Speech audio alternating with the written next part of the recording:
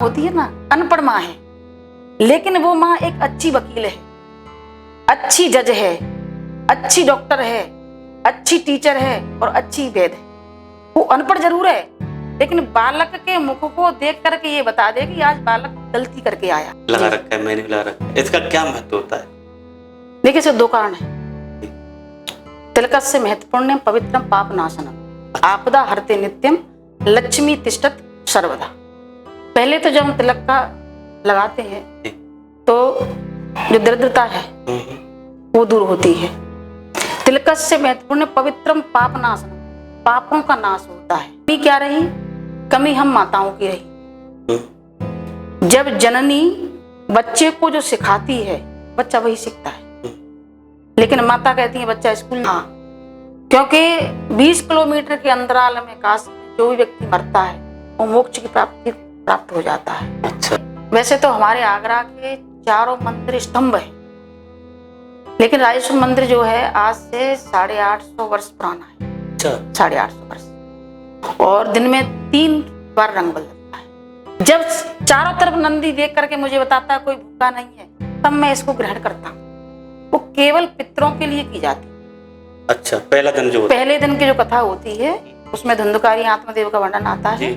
तो पहले दिन की जो श्रीमद् भागवत की कथा है, वैसे तो 7 दिन की पितरों के लिए ही है, लेकिन प्रथम दिन का महत्व हमारे पितरों के लिए है। तो जड़ है वो हम माता शक्तियां। जी जी। खेती करी प्याज की और केसर दीनी खाद, और पानी दीना गुलाब का तो प्याज की प्याज। हरे कृष्ण आप सभी को। आज जो हमारे साथ जो गेस्ट हैं विवेक शर्मा टॉक शो में, परम पूज्य आचार्य श्री निर्मला जी, जो कि श्री राम कथा, श्री शिवपुराण कथा और श्री भागवत कथा और श्री खाटू श्याम जी कथा कहते हैं। तो इस पॉडकास्ट में जो हम बात करने वाले हैं कि तिलक का क्या महत्व है, जो हम मस्तक पे तिलक लगाते हैं उसका क्या महत्व है, क्योंकि बहुत सारे लोग लगाते नहीं है, उनको पता ही नहीं कि तिलक का महत्व क्या होता है, और जनेऊ धारण करते हैं उसका क्या महत्व होता है। तो आजकल संस्कार जो है ना, संस्कारों का अभाव होता जा रहा है, क्योंकि हमें एक दूसरे की इज्जत नहीं करते हैं। तो उन पर कुछ चर्चा करेंगे। इस पॉडकास्ट में बहुत सारी चर्चा होने वाली है जो कि सभी के लिए बहुत उपयोगी होगी। दीदी आपका हमारे शो में आने के लिए बहुत बहुत धन्यवाद। राधे कृष्णा। हरे कृष्णा। दीदी जो तिलक होता है, जैसे आपने लगा रखा है, मैंने भी लगा रखा है, इसका क्या महत्व होता है? देखिए इसके दो कारण है। तिलकस्य महत्वपूर्ण पवित्रम पाप नाशनम आपदा हरते नित्यम लक्ष्मी तिष्ठत सर्वदा। पहले तो जब हम तिलक का लगाते हैं तो जो दरिद्रता है वो दूर होती है। तिलकस्य महत्वपूर्ण पवित्रम पाप नाशनम, पापों का नाश होता है। अच्छा। और जब आप तिलक लगाकर किसी के सामने खड़े हैं तो उसका जो अट्रैक्शन है वो प्रभाव देता है, इसलिए इस तिलक को लगाया जाता है। हमारे हिंदू समाज में जब हम छोटे छोटे थे, या हमारे बुजुर्ग हैं आचार्य गण हैं, उनको बचपन से सिखाया जाता था कि तिलक, चोटी और जनेऊ हमारे हिंदू धर्म का ये प्रतीक है।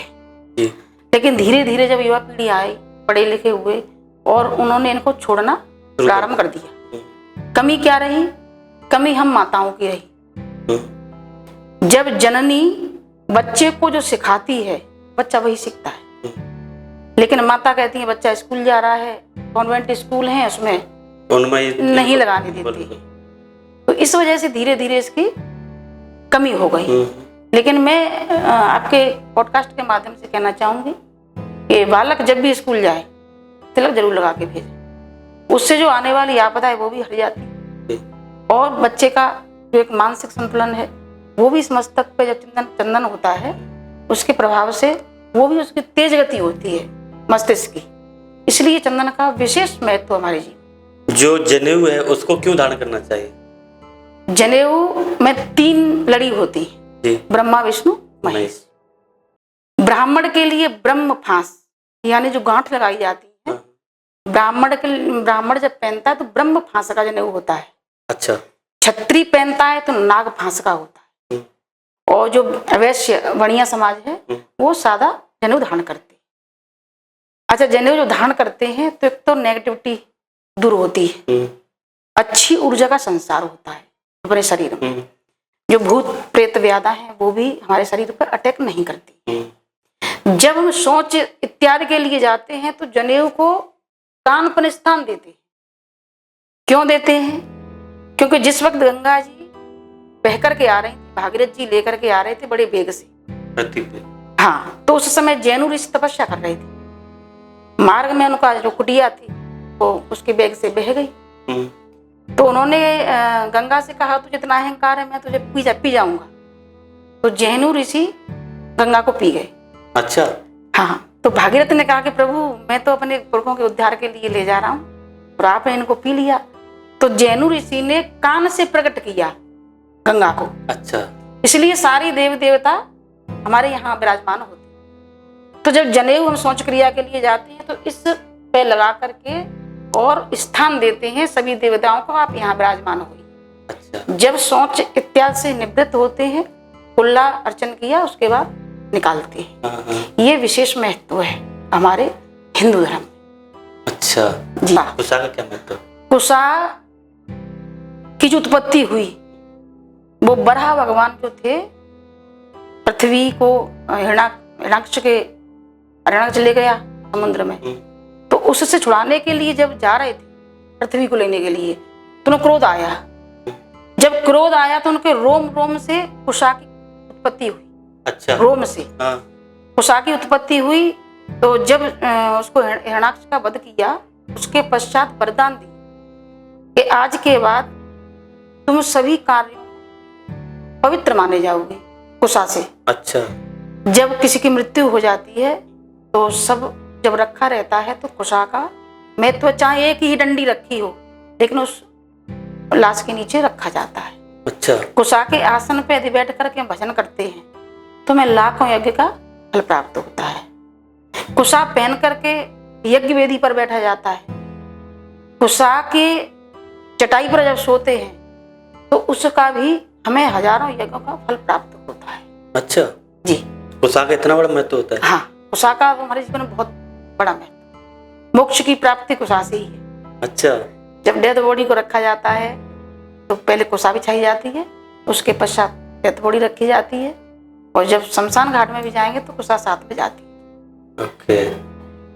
अच्छा दीदी, जैसे क्या कहते हैं जो पितरों के जब पितर दान करते हैं उसका मतलब उनको, जैसे हमारे जो पितर हैं दादा परदादा, उनको मुक्ति पाने के लिए क्या करना चाहिए? उसकी मुक्ति के लिए हमारे श्राद्ध पक्ष आता है। श्राद्ध पक्ष में हम सभी पिंड तर्पण करते हैं। और एक ग्रंथ भी होता है श्रीमद् भागवत कथा जी। ये कथा प्रथम दिन की जो कथा होती है वो केवल पितरों के लिए की जाती है। अच्छा, पहला दिन जो पहले दिन की जो कथा होती है उसमें धुंधकारी आत्मदेव का वर्णन आता है। तो पहले दिन की जो श्रीमद् भागवत की कथा है, वैसे तो 7 दिन की पितरों के लिए ही है, लेकिन प्रथम दिन का महत्व हमारे पितरों के लिए है। हमें यहाँ सुनते हैं, उनके नाम का संकल्प लेकर के जब भागवत कथा कराते हैं तो जो मोक्ष में उनको मोक्ष के लिए तड़प रहे हैं, इसमें एक व्याख्यान आता है कि शेषनाग की बहन थी जरतकारु, और जरतकारु नाम के एक ऋषि थे, दोनों के नाम सेम थे। वो मार्ग से निकल के आ रहे थे तो उनके पितृ उल्टे लटके हुए थे। अच्छा। तो उन्होंने आवाज लगाई कि बेटा हम इस कुंड में उल्टे लटके हुए हैं, हमारे मोक्ष के लिए कोई कार्य करो। उन्होंने कहा क्या कार्य है? कि आप शेषनाग की बहन जरतकारु से, यानी अपनी नाम राशि की पत्नी से विवाह करना, उससे जो पुत्र होगा तब हमें तृप्ति होगी, मुक्ति मिलेगी। अच्छा। हाँ। तो बोले कि अब मैं कहाँ तलाश?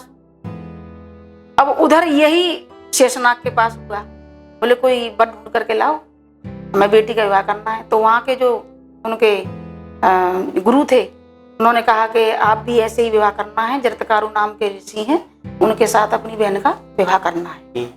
अब ढूंढने के लिए जब पहुंचे हैं तो ऋषि बैठे हुए थे, बोले आप विवाह कर जाइए लेकिन मेरी शर्तें होंगी। बोले क्या शर्तें हैं? कि पहली शर्त यह है कि जब पुत्र हो जाएगा और फिर मेरे ऊपर कोई बंधन नहीं होगा, मैं अपने गृहस्थ जीवन को छोड़ करके फिर तब के लिए निकल जाऊं। अच्छा। और जब तक वो मेरी सेवा में रहेगी और जिस दिन कुछ त्रुटि हो गई उसी दिन मैं चला जाऊंगा छोड़ करके। तो अच्छा, आज के समय में कोई ऐसा जमाई देखेगा जो कमा नहीं रहा हो? बिल्कुल। कोई आज के समय में नहीं देखेगा। उन्होंने कहा मैं कमाने नहीं जाऊंगा, भरण पोषण कैसे होना है मुझे नहीं पता। शेषनाग बोले चलो हमें विवाह करना है। उन्होंने विवाह किया और विवाह करने के बाद उनके आस्तिक मुनि नाम के पुत्र हुए। जब आस्तिक मुनि नाम के पुत्र हुए, उन्होंने जब पितृ तर्पण किया तब उनके पितरों को मोक्ष की प्राप्ति हुई। अच्छा। तो आज के समय में क्या होता है कि जैसे कुल, बेटी का कुल अलग है और वर का कुल अलग है, तो संतान होती है वर्ण संकरी। इसको वर्ण संकरी संतान कहते हैं। ये पानी देने के लायक नहीं मानी गई शास्त्रों में। इनका बालक जो पानी देगा तो पितरों को पानी नहीं लगेगा। तो उनके मोक्ष के लिए केवल श्रीमद् भागवत कथा और ये त्रिपिंडी श्राद्ध है, और श्राद्ध पक्ष में जल दिया जाता है। अपने ही गोत्र के, अपने ही जो पुत्र होता है उसी के माध्यम से उन्हें पानी पिलाया जाता है, दिया जाता है। अच्छा जी, जैसे आजकल ना संस्कारों का अभाव आ रहा है, क्योंकि कोई किसी की इज्जत नहीं करता है, तो उन पर आपके क्या विचार हैं? इसके भी हम ही हैं। इसके जो जड़ है वो हम माता शक्तियां हैं। जी जी। खेती करी प्याज की और केसर दीनी खाद, और पानी दीना गुलाब का तहु प्याज की प्याज। कहने का अर्थ है कि जब कोई फूल वाला पौधा होता है उसमें हम खूब खाद पानी देते हैं जिससे फूल आए।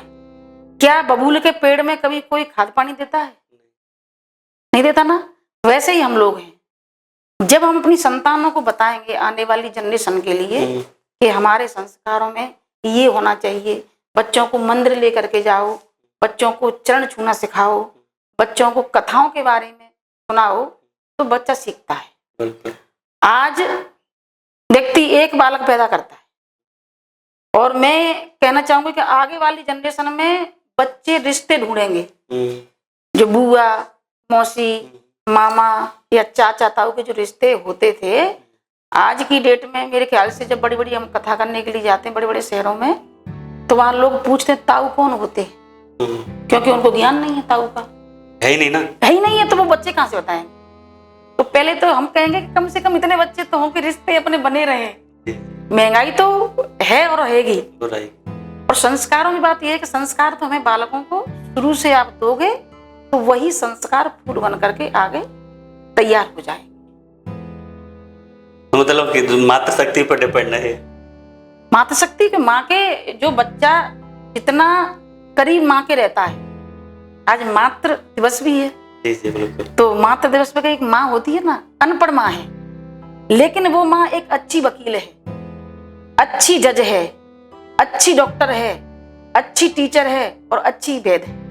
वो अनपढ़ जरूर है, लेकिन बालक के मुख को देख करके ये बता दे कि आज बालक गलती करके आया है, आज ये झूठ बोल रहा है, आज इसकी तबीयत खराब है। तो माँ के संरक्षण में जब बच्चे रहते हैं तो माँ से ही सीखते हैं। इसलिए मेरे मातृ शक्तियों से विशेष अनुरोध ये है कि अच्छे संस्कार उन्हें दिए जाएं अपने बच्चों को। जी बहुत बहुत धन्यवाद आपका। दीदी, जैसे कि आपका जो अपना जो राजेश्वर मंदिर है, जी जी, भगवान शिव का, बहुत प्राचीन शिवलिंग है, जी, आप उनके बारे में कुछ लीला उनकी बताइए। ये वैसे तो हमारे आगरा के चारों मंदिर स्तंभ है, लेकिन राजेश्वर मंदिर जो है आज से 850 वर्ष पुराना है। अच्छा, 850 वर्ष, और दिन में 3 बार रंग बदलता है, 3 बार। अच्छा जी। तो एक सेठ जी थे, तो धौलपुर डिस्ट्रिक्ट में राजाखेड़ा पड़ता है, वहां के लिए शिवलिंग ले जा रहे थे, जो राजेश्वर मंदिर जो है। अच्छा। तो यहाँ आकर के उनको प्यास लगी, तो थकान दूर करने के लिए और पानी पीने के लिए उन्होंने शिवलिंग को रख दिया। थोड़ी देर बाद जब पानी वानी पिया, आराम किया, उसके बाद जब उठाने लगे तो फिर वो उठी नहीं, वहीं स्थापित हो। अच्छा, ये इसका विशेष रहस्य है। जब से इसकी मान्यता है, और काफी लोगों के कार्य भी पूर्ण होते हैं, जो मन्नत मांगता है वो सारी मनोकामना पूर्ण होती हैं। जी जी। और अब तो यहाँ ट्रस्ट में भी हो गया है। ये 4 स्तंभ में आपका कैलाश मंदिर, राजेश्वर मंदिर, मनकामेश्वर और पृथ्वीनाथ मंदिर, ये 4 स्तंभ जो हैं वो आगरा के। और भोलेनाथ की तो कृपा हमारे आगरा पर बरस रही है, जो आज हम इन चीजों से, बीमारियों से, महामारी से बचे हुए हैं। इनकी कृपा ही इसी संरक्षण में रह रही है। जी जी। तो कुछ और लीला उनके बारे में आपको कुछ याद हो, स्मरण ऐसा कुछ आ रहा हो? भोलेनाथ के बारे में, भोलेनाथ के बारे में तो अनन्य वो कालों के काल सबसे बड़े जो देव हैं वो है महादेव। लोग कहते हैं जैसे माँ दुर्गा है या अन्य देवताओं की पूजा हमें विधि विधान से करनी पड़ती, लेकिन केवल एक भोलेनाथ हैं जिनकी पूजा आप बगैर नहाए खाके बिना खाए किसी भी भाव से करिए वो प्रसन्न हो जाते। जब एक शिकारी शिकार खेलने के लिए गया, शिवरात्रि का दिन था, पेड़ पर चढ़ गया, 15 दिन से नहाया नहीं। अब जैसे ही प्रथम पहरा आया तो जो पानी की बोतल लेकर के जाते थे उस टाइम पे, तो पेड़ पर चढ़ा हुआ था, नीचे पत्तों में शिवलिंग था। अच्छा। तो जैसे ही प्रथम पैर हुआ तो कुछ पत्ते बेल के गिरे और उसमें से पानी गिरा, प्रथम पैर की पूजा हो गई। वो तलाश करता रहा कि बच्चे भूखे कुछ ले जाऊं, मृग वगैरह मिल जाए मार करके। तीसरा पहरा आया, तीसरे पैर में फिर बेलपत्र गिरे और थोड़ा सा जल फिर गिरा, उसकी 2 पैर की पूजा हो गई, लेकिन उसे कोई फिर मृग दिखाई नहीं दिया। तीसरा पहरा आया और तीसरा पैर में जैसे ही बेलपत्र गिरा और जल गिरा है, भगवान साक्षात प्रकट हो गए कि तूने आज मेरे बड़े भाव से सेवा की। वो बोले महाराज मैं तो पूजा अर्चन जानता भी नहीं हूँ, आप कौन है, अपना परिचय दें। तो भगवान भोलेनाथ ने कहा कि तुमने मेरी आज पूजा अर्चना शिवरात्रि के दिन की है, मैं तुझे वरदान देता हूँ, आज जो कुछ मांगना है तो मांग ले। उसी दिन से वह भगवान की भक्ति में लीन हो गया। तो भगवान की विशेष कृपा है भोलेनाथ की, तो जिस पर हो जाए। और मैं तो कहती हूँ आज के समय में यदि राजा बनना है तो केवल भोलेनाथ। अच्छा। उनके चरणों को पकड़े, वो ही आपकी सारी समस्याओं का निवारण करते। जी जी। अच्छा, जैसे आप बोले भोलेनाथ की चर्चा चल रही है, तो रावण भी क्या कहते हैं जो लंकेश थे, महान थे, क्योंकि वो एक ब्राह्मण थे, उन जैसा पंडित प्रखंड विद्वान थे। जी जी जी जी। तो उनका भोलेनाथ का भी जैसे आपने बताया कि जो राजेश्वर नाथ है, उन जैसे उनको ले जा रहे थे वहाँ पे, ऐसा कुछ बताते हैं कि जब भोलेनाथ मतलब जो लंकेश थे वो भोलेनाथ मतलब प्रसन्न हो गए थे, बोले तुम्हें जहाँ ले जाएगा लंकेश वहाँ पर लंका में, तो जहाँ कहीं भी रुके थे शायद ऐसा मैंने सुना है कहीं। तो ऐसी क्या कहानी है ये? उसमें भी यही कहानी है, जैसे शिवलिंग ले जा रहे थे तो उन्होंने कहा मार्ग में कहीं रुका, क्योंकि भोलेनाथ को वहां जाना नहीं था। अच्छा। भोलेनाथ को वहां जाना नहीं था कि रावण लेने के लिए आ रहा है, तो उन्होंने पहले ही प्रश्न कर दिया कि जहां भी तुम रुके मैं वहीं स्थापित हो जाऊंगा। तो रावण को बड़ा गर्व था, बोले मैं इतना बलशाली ब्राह्मण और ऐसे कैसे रुक जाऊंगा। तो उन्होंने कहा, शिव देवता ने कहा कि जाओ जल देवता से कहो कि इनको जल की जब जरूरत होगी तो लघु शंका के लिए जाएंगे। तो जल देवता ने जैसे उनके पानी की मात्रा बढ़ाई तो लघु शंका आई। तो रावण ने शिवलिंग को रखा और लघु शंका करने के लिए चला गया, और जैसे ही लौट करके आया तो जब शिवलिंग को उठाया है तो शिवलिंग उठी नहीं है, उसका ये अंगूठा दब जाता है उसमें रावण का। तब उन्होंने कहा दक्षिण में स्थापित है शिवलिंग। अच्छा। तो उन्होंने कहा कि महाराज आप जा क्यों नहीं रहे कि मैंने आपको वचन दिया था, मैंने आपसे कहा था कि जहां भी आप रुक जाओगे मैं वहीं स्थापित हो जाऊंगा। मतलब तेरा अहंकार तोड़ना था मुझे, तूने कहा कि मुझे कोई रोक नहीं पाएगा, मैं आपको एक ही दिशा में ले जाऊंगा, लेकिन जब आप लघु शंका करने के लिए गए तो तुम्हारा वचन टूट गया। तब से भगवान भोलेनाथ वहीं स्थापित हो। कुछ भैया पार्वती की और शिव जी की कुछ कहानी? जी जी जी, पार्वती की कथाएं तो अनन्य है, और विशेषकर कथा ऐसी है कि एक बार मैया पार्वती भोजन बना करके भोलेनाथ के लिए लेकर के आई। तो भोलेनाथ ने भोजन की तरफ नहीं देखा, नंदी की तरफ देखा। अच्छा। हाँ। तो पार्वती मैया बोली कि आपने भोजन की तरफ क्यों नहीं देखा, मैंने तेरे प्रेम से भोजन बनाया है और कभी आप तारीफ नहीं करते हो, ऐसा कारण क्या है? मैया पार्वती खाने की। हाँ हाँ। तो भगवान से बोले ये तुम्हें नंदी बताएगा। तो नंदी से पूछा माँ पार्वती ने कि क्या कारण है कि भोलेनाथ हम बता नहीं रहे, कि आप उन्हीं से पूछिए, मैं नहीं बता पाऊंगा। तो मैया पार्वती हाथ जोड़े खड़ी हो गई कि देव आप ही बताइए, कि देवी आप अन्नपूर्णा हो, सभी का पेट भरती हो, मैं नंदी से कहता हूं कि दुनिया में देखो कोई भूखा तो नहीं है मेरा भक्त। जब चारों तरफ नंदी देख करके मुझे बताता है कोई भूखा नहीं है, तब मैं इसको ग्रहण करता हूँ। अच्छा। तब मैया पार्वती को बड़ी हंसी आई और हंसी आकर के भगवान से कहा, आप ऐसे ऐसे हास्य व्यंग हमारे साथ करते हैं, इसको सीधे तरीके से क्यों नहीं कहते हैं? तब भगवान बोले, तो मैं तो बोला ही हूँ, उसी तरीके से बताऊंगा आपको। तो अनन्य कथा है भगवान भोलेनाथ की। नहीं, बहुत अच्छा सुंदर आपने प्रसंग बताया। अच्छा, जैसे क्या कहते हैं गणेश जी का जो संवाद आता है, कैसे प्रकट हुए थे गणेश जी? ऐसा है कि जिस वक्त भगवान शिव का विवाह होकर के आया, तो उस समय वो अपने पत्नी के साथ थे, मैया पार्वती के साथ। उसी समय एक असुर ने आक्रमण कर दिया। अब सारे देवता घबरा गए कि अब क्या होगा क्या, चलो शिव जी के पास चलते हैं। तो शिव जी के पास गए तो उस समय वो रति अवस्था में थे अपने। मैया पार्वती को क्रोध आ गया कि मैं आज तुमको श्राप देती हूँ कि तुम तीनों देवताओं की संतान नहीं होगी। अच्छा। तीनों देवता मतलब ब्रह्मा, विष्णु, महेश। तुमने हमारी रति अवस्था से भंग कर दिया है, मैं तुम्हें श्राप देती। भगवान भोलेनाथ को क्रोध आया कि माता आपने ये क्या बोल दिया? मैया पार्वती से कहा, आपने क्या बोल दिया? और बच्चे तो आपके गर्भ से भी नहीं होंगे, क्योंकि श्राप तो आप उनको भी लगा है, तो के बच्चे होंगे वो गंगा के गर्भ से। अच्छा। हाँ। तो एक दिन मैया पार्वती अपने महल में बैठी हुई थी, सखियों ने कहा कि भोलेनाथ के साथ इतने गण हैं, तुम्हारे साथ कोई गण विशेष क्यों नहीं? तो बोले क्या करूं, कि कोई प्रकट करिए आप। तो जैसे ही माता पार्वती स्नान करने के लिए गई, तो जो उबटन होता था नहाने का, उस टाइम पे साबुन तो होते नहीं थे, तो उबटन लेकर के उन्होंने प्रतिमा बनाई। उस प्रतिमा से गणेश जी की उत्पत्ति हुई, और गणेश जी की उत्पत्ति हुई है। माता रानी ने इनको विद्याएं दी हैं। विद्या दे करके उस बालक से कहा कि द्वार पे खड़े हो जाओ, कोई भी यदि आए तो उसे अंदर मत आने देना। उसी समय भोलेनाथ आ गए, बोले हमें अंदर जाने दो, कि माता की आज्ञा नहीं है, आपके तो बड़े बड़े गण हैं, मेरी माँ का तो मैं ही अकेला गण हूं। वहां उनका युद्ध हुआ है, और युद्ध में भगवान ही सबसे पहले सर्जन भोलेनाथ है। अच्छा। जो डॉक्टर हैं, जिन्होंने गणेश का शीश काटा है और फिर हाथी का लगाया सर्वप्रथम। अच्छा, कुछ ऐसा बताते हैं, प्रसंग आता है कि भोलेनाथ पूरे ब्रह्मांड में घूमे जी, सब अपनी माताएं अपने पुत्रों को, आप बताइए। जी जी जी जी जी।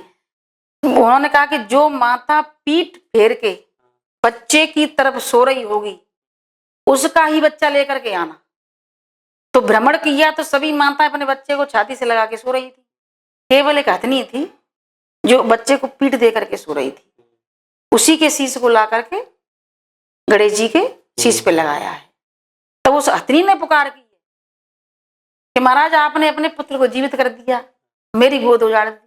तो भगवान ने उसके पुत्र को भी जीवित किया है। अच्छा। उस दिन से प्रचलन हो गया कि कोई भी माता शिशु को, छोटे बालक को, कम से कम साल भर का हो, मतलब साल भर का क्या, बच्चा बूढ़ा हो जाए तब भी अपनी माँ तो कभी पीठ फिर के सोती नहीं है।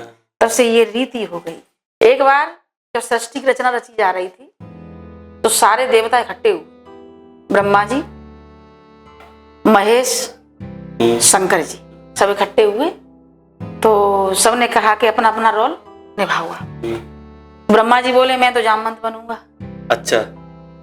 भगवान नारायण बोले भैया मैं राम बन के चला जाऊंगा। तो भोलेनाथ बोले मैं भी जाऊंगा, लेकिन हनुमान बन के जाऊंगा जी। उसी समय मैया पार्वती बोली भैया हम भी आपके साथ चलेंगे। बोले आप क्या करोगी? हाँ तो बंदरों का काम है, बंदरिया का काम थोड़ा ही है। कि नहीं हम जाएंगे, हम आपकी पूंछ बन करके जाएंगे। अच्छा। बोले क्यों? कि मुझे रावण का सर्वनाश करना है। क्योंकि जब भगवान शिव का विवाह होकर के आया, तो मैया पार्वती ने शिव से कहा कि तब आप कर्मकांडी नहीं थे, अब विवाह हो गया तो कर्मकांडी हो गए, तो हमें एक महल बनवा के दो। अब भगवान शिव ने विश्वकर्मा से कहा और एक सुंदर सा महल बना के तैयार है। अब मैया पार्वती ने कहा कि अब इसमें कोई वेद पाटी ब्राह्मण होना चाहिए जो गृह प्रवेश हो, तो कि ब्राह्मण तो एक ही है रावण। रावण को बुलाया गया, रावण ने गृह प्रवेश करवाया। अब मैया पार्वती बोली कि दक्षिणा दो, ब्राह्मण जब गृह प्रवेश करने के लिए आया है। तो रावण ने कहा कि भवन के सहित मुझे पार्वती भी चाहिए। अच्छा। उस समय मैया पार्वती क्रोध आ गया कि जिस भवन को लेकर के तू जा रहा है सोने की लंका को, उसमें एक दिन आग मैं ही लगाऊंगी। तब मैया पार्वती हनुमान जी की पूंछ बन करके अवतार लेकर के आए। अच्छा। और उस नगरी में फिर आग लगाई। नहीं, ये तो गुड़ रहस्य है, किसी को पता ही नहीं होगा। सती थी वो, जब वो राम जी की परीक्षा लेने गई थी तो भोलेनाथ ने मना भी किया था कि आप उनकी परीक्षा लेने मत जाइए। तो वो क्या रहस्य है?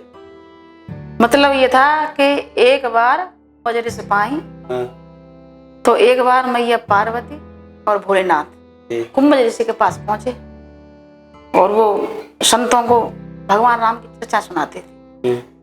तो मैया पार्वती कथा सुनने के लिए गई, लेकिन मन में व्यथा हो गई कि ये कैसे ऋषि हैं जिस भगवान की कथा सुना रहा है जो अपने पत्नी के वियोग में भटका घूम रहा है। अच्छा, कैसे भगवान है? तो मैया पार्वती का मन, उसका सती का मन विचलित हो गया, लगा ही नहीं कथा में। भगवान ने कहा कि इनका मन कथा में नहीं है, तो इनको बिठा दिया आसन पे और कथा सुन करके लौट के आ रहे थे। तो उनके मन में वही चलता रहा, कैसे भगवान है, पत्नी वियोग में घूम रहे हैं, बन बन रो रही है, मैं नहीं मानती भगवान है। तो भगवान शिव एक बट वृक्ष के नीचे बैठे और कहा कि जो तुम्हारे मन अति संदेह तो तुम जाए परीक्षा ले हो, तो तुम जाकर के परीक्षा ले लो। तो माता के मन में विचार आया तो मैं सती के रूप में जाऊंगी तो पहचान जाएंगे, मैं सीता का रूप ले लूं। तो सीता का रूप लिया है। तो सीता का जब रूप लिया तो भगवान देख करके कहा कि हे माता वृषके तू कहाँ है? भगवान शिव कहाँ है? जब ये बात सती ने सुनी तो उनके होश उड़ गए, उन्होंने तो मुझे पहचान लिया।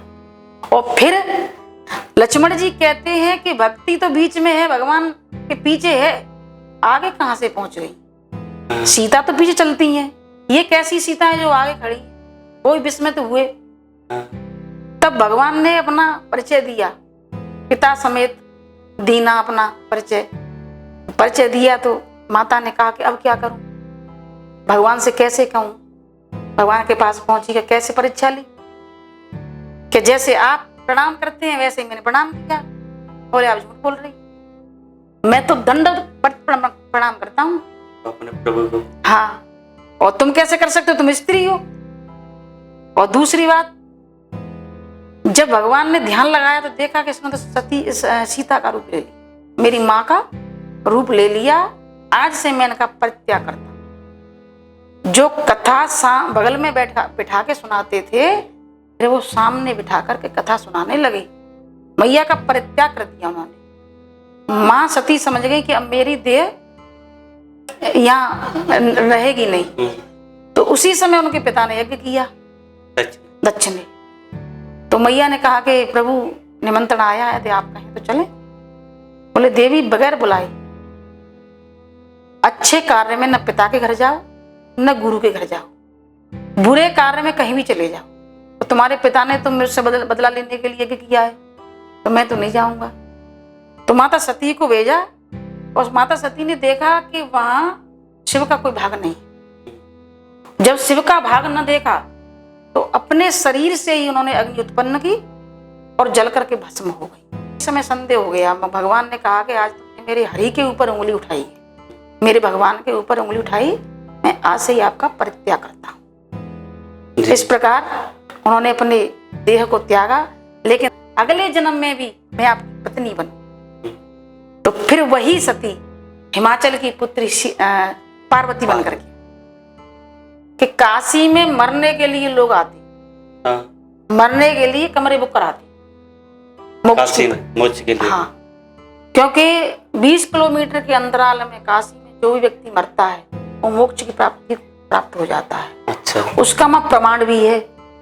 जैसे उस बंदे की मृत्यु हुई तो उसका दाहिना कान टेढ़ा हो जाता है। अच्छा। ये क्यों होता है? मैया पार्वती ने कहा कि आप इनको मोक्ष दोगे, हमें क्या पता चलेगा कि मोक्ष मिला है। तो बोले क्या करूं? इनके कान में राम नाम का मंत्र बोल करके और कान टेढ़ा होना चाहिए। अच्छा। तो जो भी वहां काशी का निवासी, यहाँ के तो जाते हैं मोक्ष के लिए, लेकिन जो काशी का निवासी होता है वो मरेगा तो उसके दाहिना कान टेढ़ा हो जाता है। अच्छा। फिर पता चल जाएगा हाँ मोक्ष की प्राप्ति हो गई। आप हर जगह का जल ला सकते हैं, केवल काशी का जल नहीं ला सकते, क्योंकि काशी में तो जीव जंतु पशु पक्षी सभी मोक्ष के लिए आते हैं, तो वहां का जल आप नहीं ला सकते। अच्छा, जो वहाँ जो गंगा जी है वहाँ का जल नहीं आता? वहां का जल नहीं आता, हर जगह का जल आएगा। अच्छा। हाँ। अच्छा, जो वृंदावन का क्या बता रहे थे आप? वृंदावन, ये वृंदावन, वृंदावन यानी वृंदावन भगवान का घर है। सभी तीर्थों में बड़े हैं आपके प्रयागराज जी। तो प्रयागराज को सारे तीर्थ कर देते थे टैक्स जी। एक बार प्रयागराज ने कहा सभी ऋषियों से, मुनियों से, देवताओं से कि ये वृंदावन में कर नहीं देता है। भगवान बोले वृंदावन मेरा घर है और मैं अपने घर का टैक्स तुम्हें थोड़ी देर ले आऊंगा, यहाँ कभी टैक्स की सोचना मत करके। तब उसको उपाधि मिली है। वृंदावन पहले तुलसी का वन था, तुलसी के वृक्ष हुआ करते थे और भगवान की, कृष्ण की तो अपरंपार लीला है वृंदावन में, साक्षात प्रमाणित भी है लोगों के साथ। तो यहाँ का तो अद्भुत, जहाँ हम ब्रजवासी रह रहे हैं, हमारा तो जन्म सफल हो गया कि हमारा निवास वृंदावन में। दीदी बहुत बहुत धन्यवाद इतनी चर्चा करने के लिए। हम मिलेंगे किसी दूसरे पॉडकास्ट में, जब तक के लिए हरे कृष्ण। हरे कृष्ण।